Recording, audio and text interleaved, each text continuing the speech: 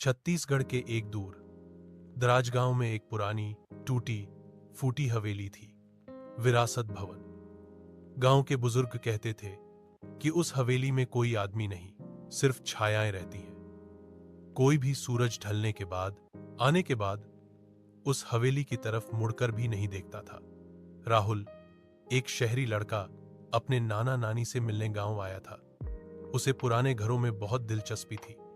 जब उसने विरासत भवन की कहानी सुनी तो उसकी जिज्ञासा और भी बढ़ गई। अगर यह सब सिर्फ अफवाह है तो साबित करना जरूरी है, राहुल ने सोचा।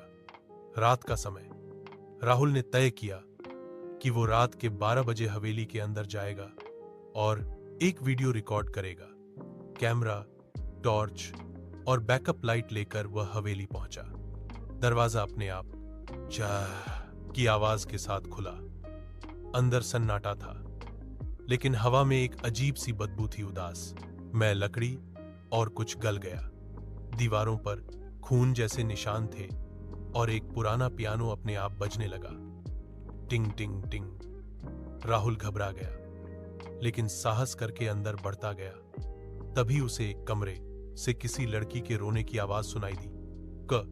कौन है वहां? राहुल ने पूछा। डरावना खुलासा। अचानक रोशनी चली गई, टॉर्च फड़फड़ाई और सामने की दीवार पर एक छाया उभरी। एक लड़की जिसकी आंखें सफेद और गहरी थीं, बाल उलझे हुए और शरीर आधा जला हुआ था। तुमने मेरी नींद क्यों तोड़ी? वह फुफकारते हुए बोली। राहुल चिल्लाया और भागने की कोशिश की, लेकिन दरवाजा अब बंद हो गया चुका था। उसकी चीखें हवेली की दीवारों में समा गईं। अगली सुबह गांव वालों को हवेली के बाहर राहुल का कैमरा मिला। रिकॉर्डिंग चालू थी। रिकॉर्डिंग के आखिरी सेकंड में एक फुसफुसाहट थी। अब वह भी हमारे साथ रहेगा। डबल कहानी का अंत। आज भी लोग कहते हैं कि अगर रात के समय हवेली के पास से गुजरो तो किसी लड़के की चीखें सुनाई देती हैं और हवेली की खिड़की से एक लड़की झांकती है। मैं हूं जो अब अकेली नहीं रही।